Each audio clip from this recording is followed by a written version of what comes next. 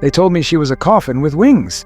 That's exactly what the crew chief, a hard-bitten mechanic named Kowalski from Chicago, said to me the first time I laid eyes on her. It was October 1944, somewhere in East Anglia, England, and the mud was so thick it tried to suck the boots right off your feet. I was 20 years old, fresh from training in Texas, with a head full of glory and a stomach full of nerves. I walked out to the dispersal pad, expecting to see a shiny, silver P-51 Mustang, the kind you saw in the newsreels back home, the Cadillac of the skies. Instead, I saw the mongrel. That wasn't her official name, but that's what everyone called her. She was a mismatched mess of cannibalized parts. Her left wing was a slightly different shade of olive drab than her fuselage. The canopy had a scratch right across the visual line that caught the sun if you banked too hard. And the engine. Lord, that engine sounded like a tractor coughing up a lung when it started cold. Nobody wanted her. The last pilot who flew her had bailed out over France due to an oil leak that blinded him.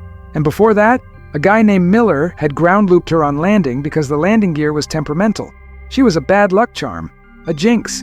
And because I was the new replacement, the green kid who hadn't yet proved he could pour water out of a boot with instructions on the heel, she was mine. You have to understand the hierarchy of a fighter squadron. It's not just about rank, it's about survival. The aces, the guys who had been there since the early days, they got the new birds. They got the engines that hummed like sewing machines. Guys like me, we got the leftovers. I remember standing there, running my gloved hand over the cold aluminum of the fuselage. I could see the patches where bullet holes had been riveted over. Scars. She was covered in scars. I felt a strange sort of kinship right then. I wasn't the top of my class. I wasn't the guy the instructors tapped for leadership. I was just Frank Sullivan from a corn patch in Nebraska, trying to do his part. I looked at Kowalski and told him, "She'll do."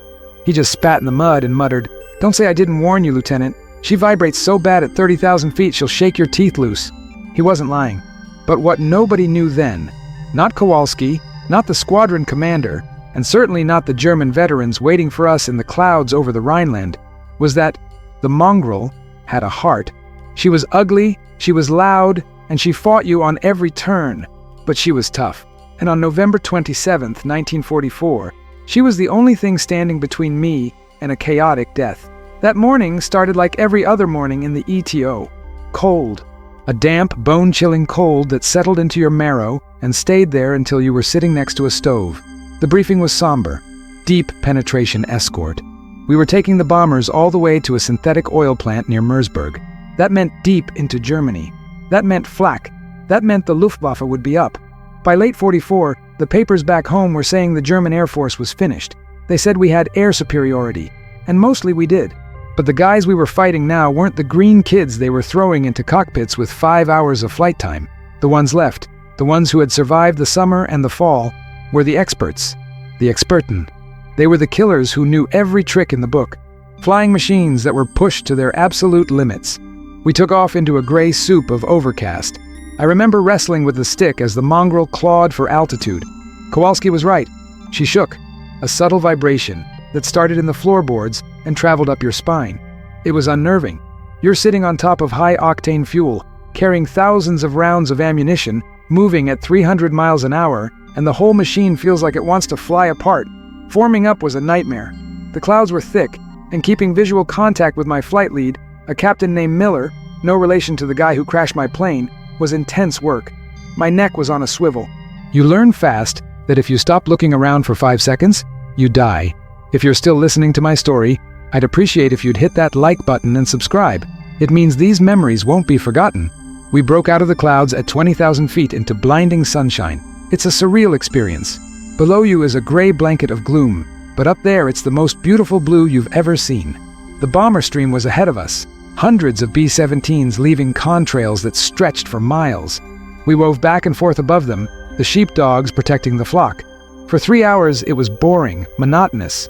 My butt went numb. The heater in my flight suit was patchy, another quirk of the mongrel, so my left foot was freezing while my right was sweating. I was busy monitoring my gauges. Oil pressure was fluctuating, just a little, the needle dancing on the edge of the green. "Come on, old girl," I whispered into my oxygen mask. "Hold it together." Then came the call. "Bandits! 6 o'clock high. Break right." The radio exploded into chaos. I looked up and saw them. Not the dots you usually see. They were already on us. Focke-Wulf 190s. And not just any 190s.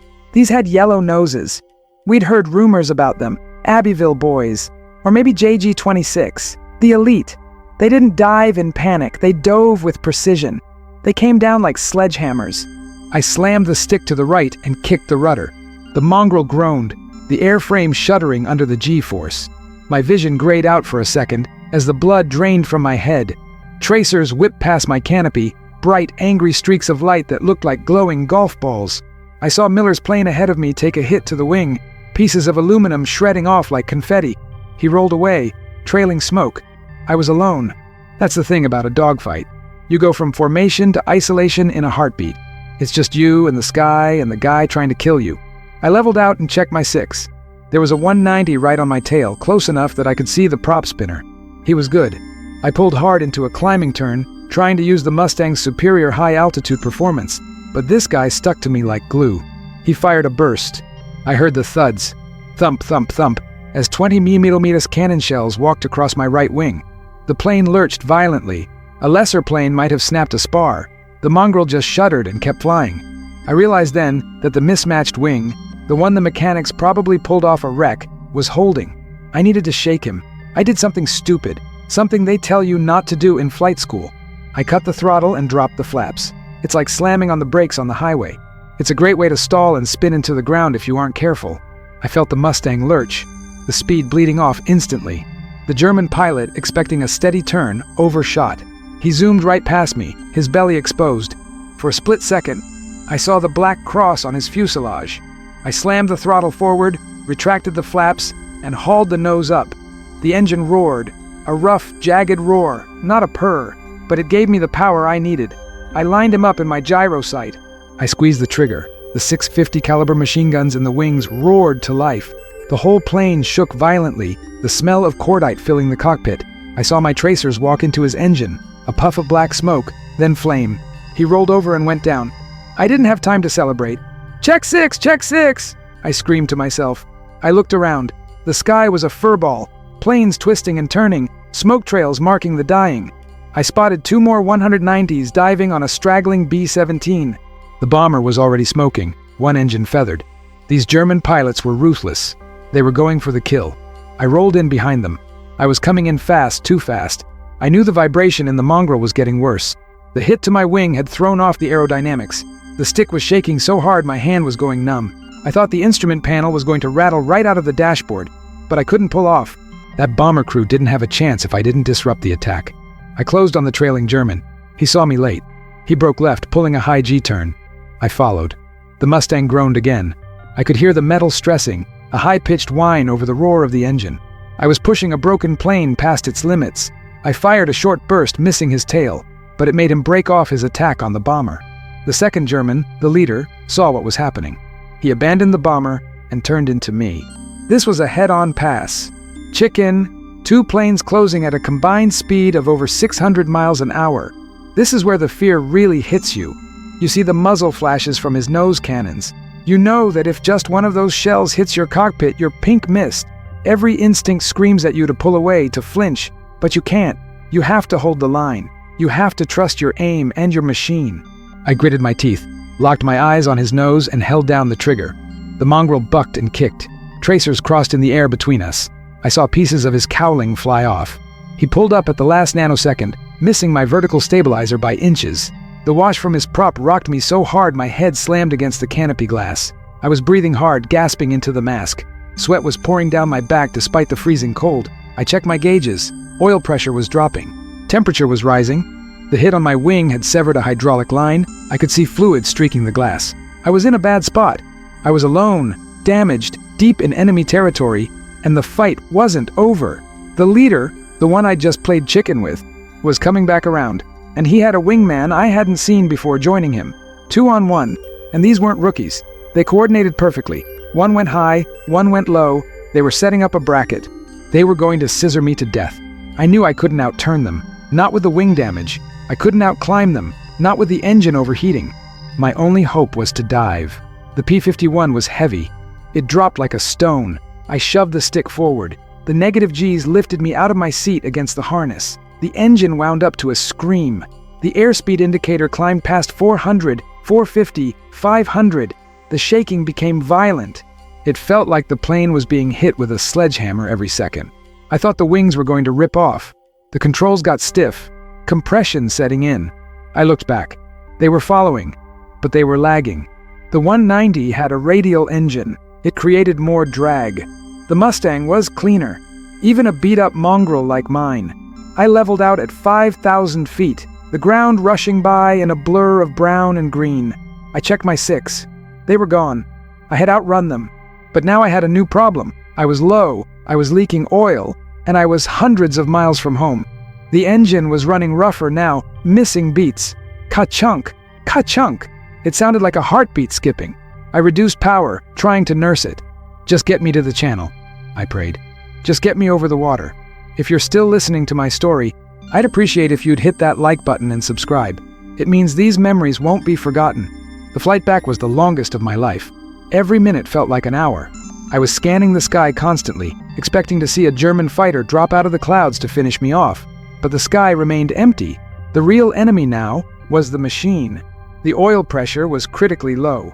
If the engine seized, I'd have to bail out or belly in. Bailing out at this altitude was dangerous. Bellying into a German field meant POW camp, or a pitchfork in the gut from an angry farmer. I crossed the Rhine, then the scorched earth of the battlefields in France. Finally, the channel. The gray, choppy water looked inviting and terrifying at the same time. The engine was coughing constantly now, sputtering and gasping. I was talking to her. "Come on, mongrel. Come on, ugly, don't quit on me now." I could see the white cliffs of Dover in the distance.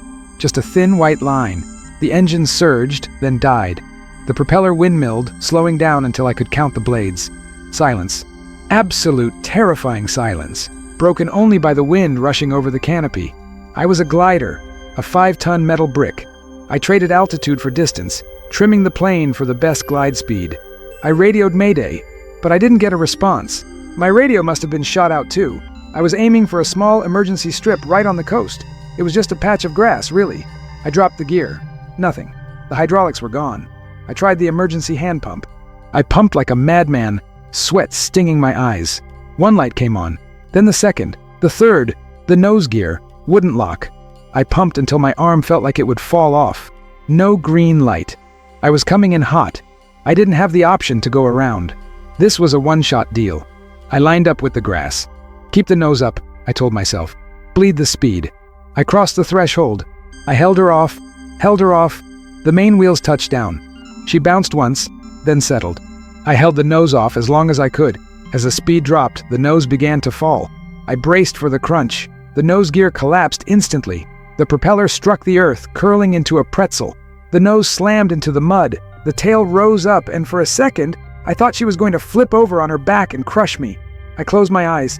She slammed back down, skidding sideways, throwing up a wall of mud and turf before coming to a violent, grinding halt.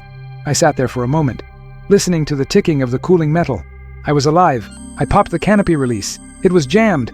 I slammed my shoulder against it. Nothing. I started to panic. Fire was always the biggest fear. If that fuel ignited, I kicked the glass, screaming. Suddenly, a face appeared outside. A British MP. He smashed the latch with a rifle butt and hauled the canopy back. I scrambled out, falling onto the wet grass, my legs turning to jelly. I looked back at the plane. She was a wreck. Oil was pooling under the engine. The nose was smashed. The fuselage was riddled with holes. The right wing looked like Swiss cheese. But she had brought me home. I remember running my hand along the trailing edge of the wing, just like I had that first day. But this time, I didn't feel disappointment. I felt gratitude. I got back to base 2 days later. Kowalski was there. He looked at me, then looked at the empty hard stand where the mongrel used to be. "She didn't make it, huh?" he asked, chewing on a matchstick. "She made it," I said. She flew through hell, took on 3 veterans, and glided home with a dead engine. She's scrap metal now, but she made it. Kowalski just nodded, a hint of a smile on his face. "Told you she was a shaker," he said, "but I guess she liked you. That mission changed everything for me. It broke the spell. I wasn't the green kid anymore. I had survived the fire. And I realized that in war, it's not always about having the best equipment or the perfect record. It's about grit. It's about taking what you're given, no matter how broken or ugly, and making it work. That plane, that mongrel, she taught me that. But the war wasn't over. Not by a long shot. As winter set in, things got darker. The Battle of the Bulge was coming. We didn't know it yet, but the Germans were massing for one last, desperate offensive, and the air war was about to change again. We started seeing things in the sky that defied physics. Jets. The Me-262. I remember the first time I saw one. It was late December. We were flying cover for B-24s near the Belgian border. The weather was atrocious. Fog, snow, ice. We were grounded half the time, playing cards and smoking cigarettes until our throats were raw. When we finally got up, the sky was a cold, hard gray. I was flying a new P-51 now, a shiny D model with a working heater and a crisp engine. It felt sterile compared to the mongrel. We were at 25,000 feet when I saw a streak of smoke pass through the bomber formation. It was moving so fast I couldn't track it. "What the hell was that?" someone yelled over the radio. Then I saw it again. A shark-shaped plane with engines under the wings. No propellers. It tore through a B-24 like it was standing still. The bomber's wing just dissolved. The jet pulled up in a vertical climb that no piston engine could match and disappeared into the clouds. We felt obsolete instantly. We were flying the pinnacle of propeller technology, and we had just witnessed the future. It was terrifying. How do you fight something you can't catch? We had to adapt. We had to change tactics. We learned that the jets were vulnerable when they were landing or taking off. They were slow then, vulnerable. So, the orders came down. Rat catching. We were to roam deep into Germany, find their airfields, and catch them on the deck. It was dangerous work. Low level meant flak. Every farmer with a rifle, every flak tower, every soldier on the ground was shooting at you. You're doing 350 miles an hour 50 feet off the ground, dodging trees and power lines, looking for concrete runways. I remember one mission in particular. January 1945. We found an airfield near Munich. We caught a flight of 262s coming into land. They were low on fuel, slow, wheels down. It felt almost criminal shooting them down like that, like shooting ducks in a barrel. But then I remembered the B-24 I saw disintegrate. I remembered the guys in those bombers who didn't have a chance. I lined up on a jet that was on final approach. I squeezed the trigger. He exploded in a massive fireball that rolled down the runway. As I pulled up, my plane shuddered. I took a hit. Flak. A 37mm shell punched a hole in my starboard wing, right near the ammo bay. Smoke started pouring into the cockpit. I checked my map. I was deep in Germany. My wingman, a kid named Baker from Georgia, formed up on my wing. "You're smoking bad, Frank," he said, his voice high and tight. I know, I snapped. I was busy trying to keep the plane level. The hit had damaged the aileron control. I had to fight the stick with both hands to keep her from rolling over. We turned west. We had to cross the whole of Germany to get back to friendly lines. The smoke was getting thicker, stinging my eyes. I cracked the canopy to let some air in, and the rush of freezing wind hit me like a physical blow. It was minus 30 degrees up there. My hands started to cramp immediately. If you're still listening to my story, I'd appreciate if you'd hit that like button and subscribe. It means these memories won't be forgotten. Baker stayed with me. He could have left. He could have throttled up and gone home. But he stayed. That's the Brotherhood. You don't leave your wingman. We were limping along at 12,000 feet when we saw them. 4 109s. They were patrolling, looking for stragglers, looking for cripples, just like me. "Bandits, 3 o'clock low," Baker called. He sounded calm now, resigned maybe, or determined. "I see him," I said. "Baker, get out of here. I'm a sitting duck. Don't die for me." "Negative, lead. I'm on your wing." The 109s spotted the smoke. They turned towards us, climbing. They knew they had an easy kill. I pushed the throttle forward, but the engine didn't respond. The damage was spreading. I was losing power. "Baker, go!" I screamed. He didn't answer. Instead, he banked his plane towards the oncoming Germans. He was going to intercept them, 1 Mustang against 4 Messerschmitts. It was suicide. I watched him dive. He went head-on with the lead pair. He broke up their formation, scattering them. He managed to get on the tail of one, and I saw pieces fly off the German plane, but the other 3 were on him instantly. It was a swarm. Baker was twisting, turning, fighting for his life. He bought me time. He bought me miles. I watched his plane take hit after hit. Finally, a stream of fire erupted from his engine. He rolled inverted and went straight down into the snow-covered forest below. No shoot. I screamed his name. I pounded the dashboard. But I kept flying. I had to. If I turned back, his sacrifice would mean nothing. That's the brutal math of war. One dies so another can live. I flew on, tears freezing on my cheeks. The 109s, having dealt with Baker, turned back to find me. But the delay had been enough. A flight of Thunderbolts, P-47s, appeared from the west. They were looking for targets of opportunity and found the Germans. I watched the jugs dive on the 109s, massive, heavy beasts that tore the light German fighters apart. I limped across the Rhine again. I made it to a forward operating base in France. When I landed, the mechanics had to lift me out of the cockpit. I was frozen, exhausted, and hollowed out. I wrote the letter to Baker's mother that night. What do you say? He was brave? He was a hero? Words feel so small compared to the hole left in the world. I told her he saved my life. I told her he was the best pilot I ever knew. It was the truth. The war ended a few months later. I came home, went back to the farm, married my high school sweetheart.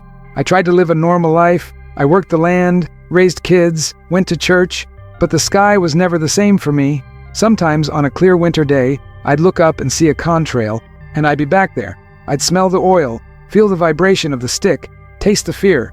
I realized something over the years. We talk about the machines, the P-51s, the B-17s, the Tigers, the Sherman tanks. We obsess over the specs, the horsepower, the armor, but the machines were just metal. It was the people inside them that mattered. The kids like Baker who didn't come home.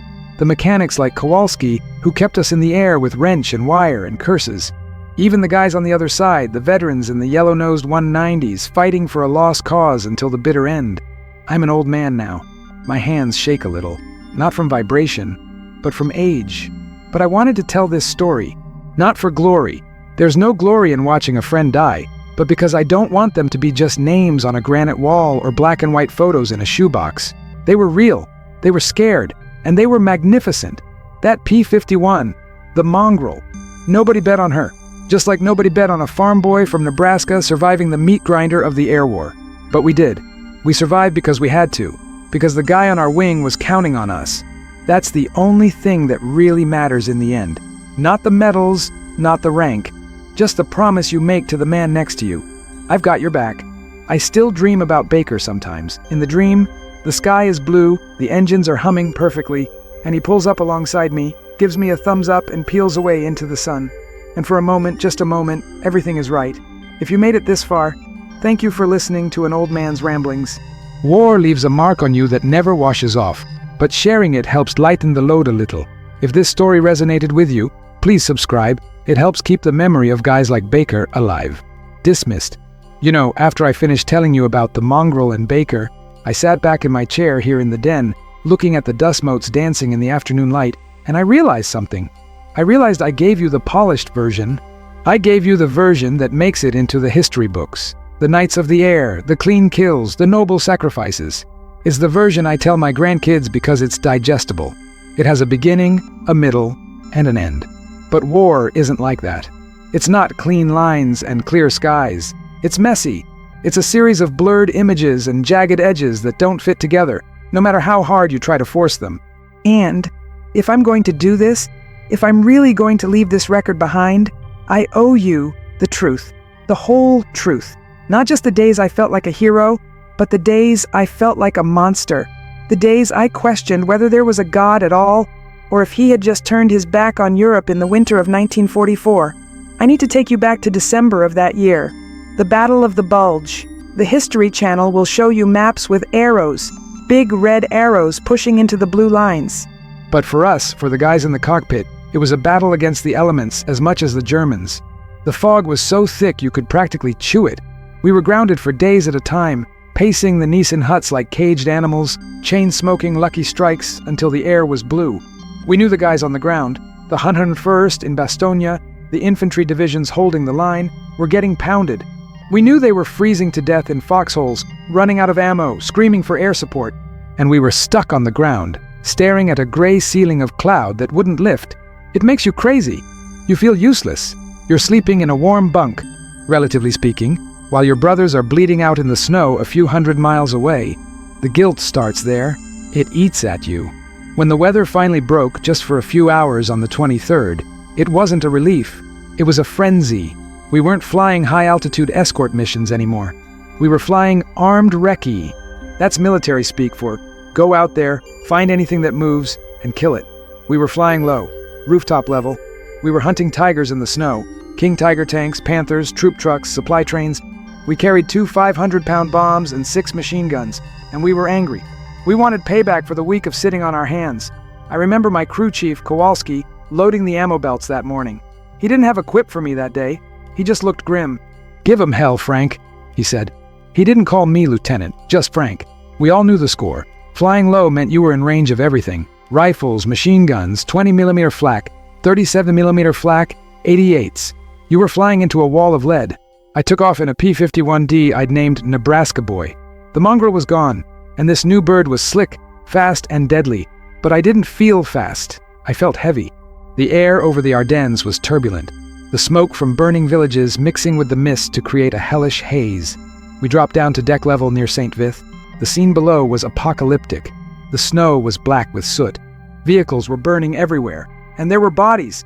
From 2,000 feet, bodies looked like logs. From 50 feet doing 300 miles an hour, you see them. You see the color of the uniforms. You see the sprawling limbs. We spotted a column moving along a narrow road through a pine forest. German armor, half-tracks and tanks. They were bunched up, trying to move under the cover of the trees. "Tally-ho," my flight leader called. Rolling in, I pushed the stick over and dove.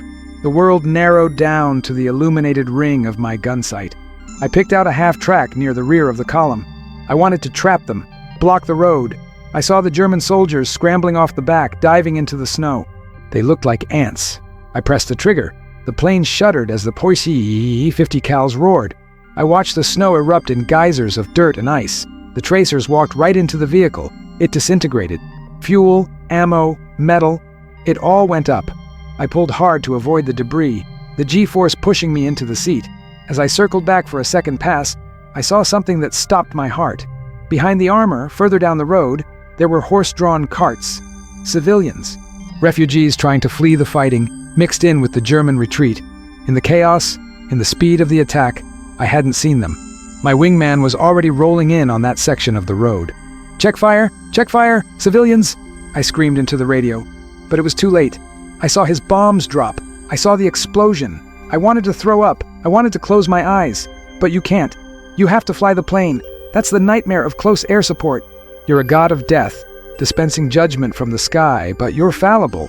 You make mistakes. And your mistakes leave craters where families used to be. We finished the run. We had to destroy the tanks. But the taste of bile was in my throat. I couldn't wash it away with water. It was the taste of sin.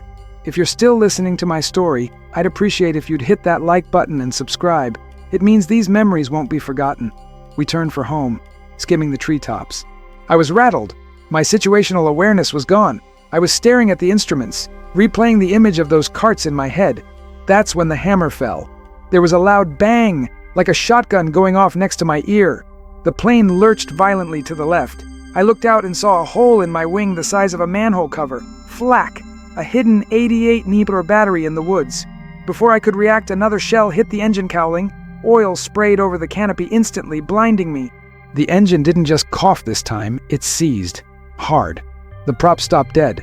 I was a lawn dart at 300 feet. "Mayday! Mayday! Nebraska Boy is going down!" I yelled, but I knew nobody could help me. I was too low to bail out.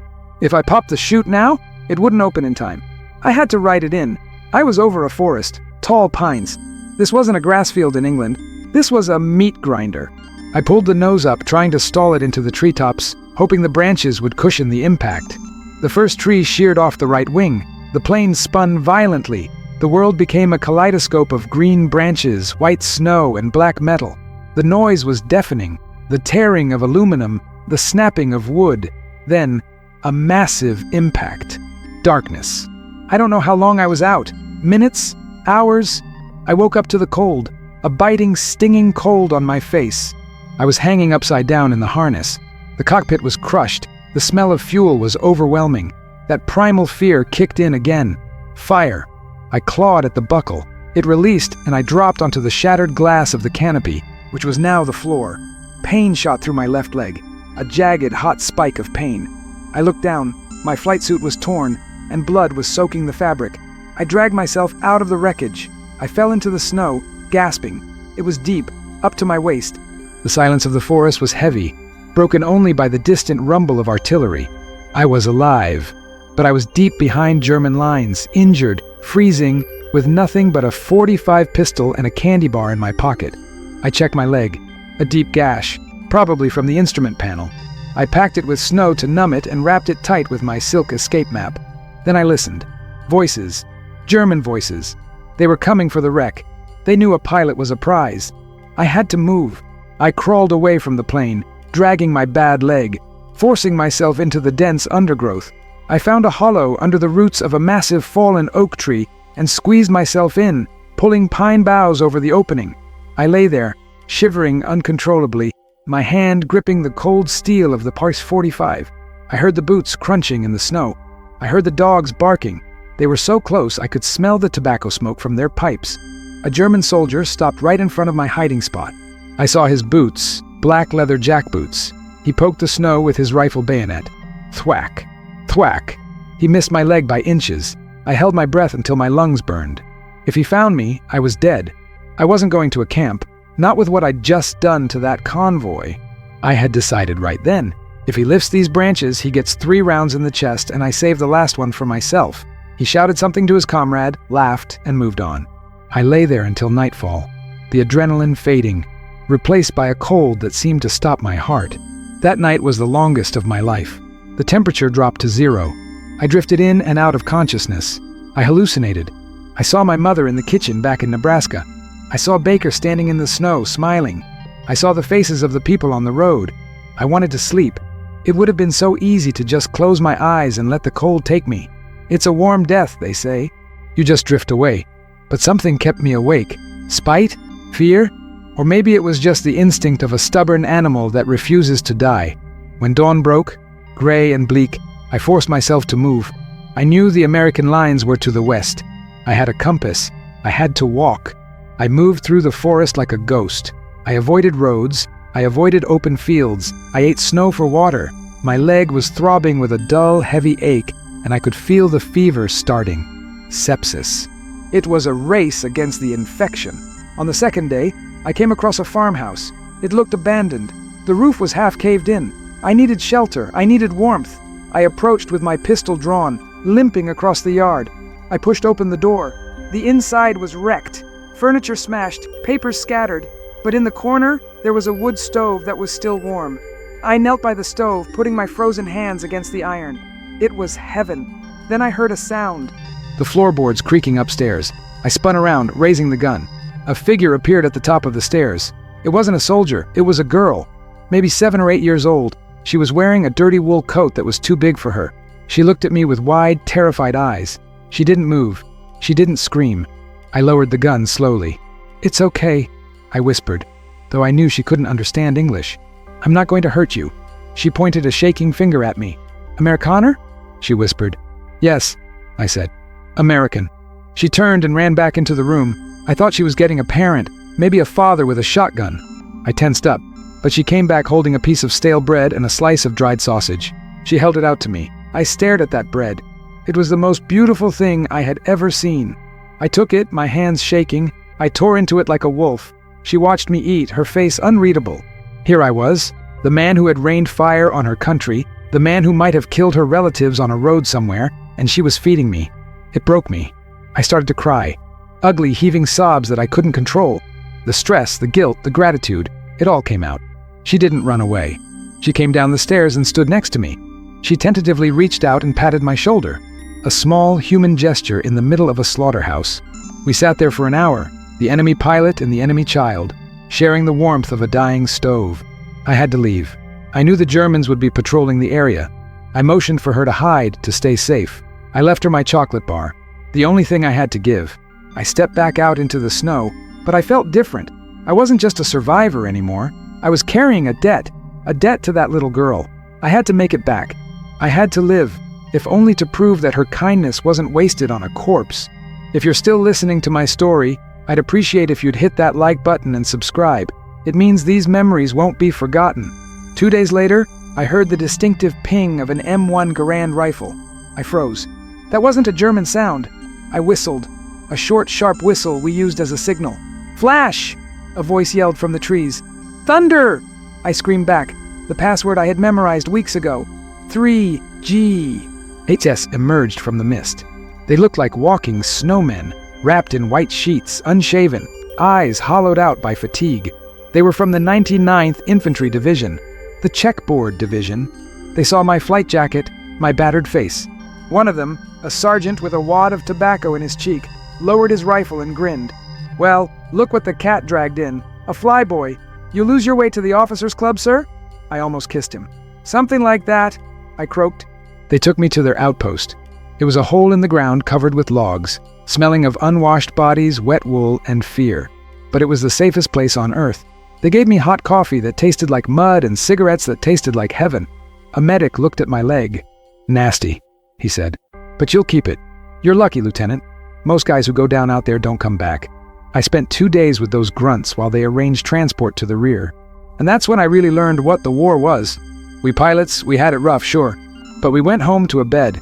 These guys, they lived in the ice. They slept in water. They watched their friends get blown apart by artillery tree bursts that turned the forest into shrapnel. They were 19, 20 years old, but they looked 50.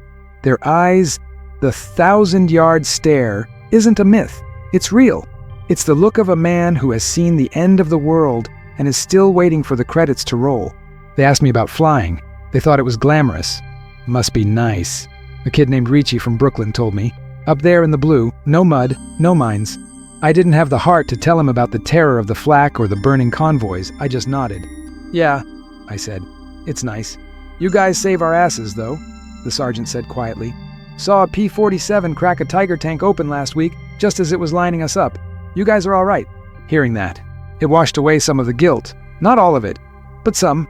We were part of the same machine, different gears, grinding against each other, but turning the same way. When the Jeep finally came to pick me up, I felt like I was abandoning them. I was going back to warmth, to food, to safety. They were staying in the hole. I shook hands with the sergeant. "Give 'em hell up there, flyboy," he said. "Keep your head down, Sarge," I replied. I never saw them again. I don't know if they made it through the bulge. The 99th took heavy casualties, but I think about them every time I pour a cup of coffee.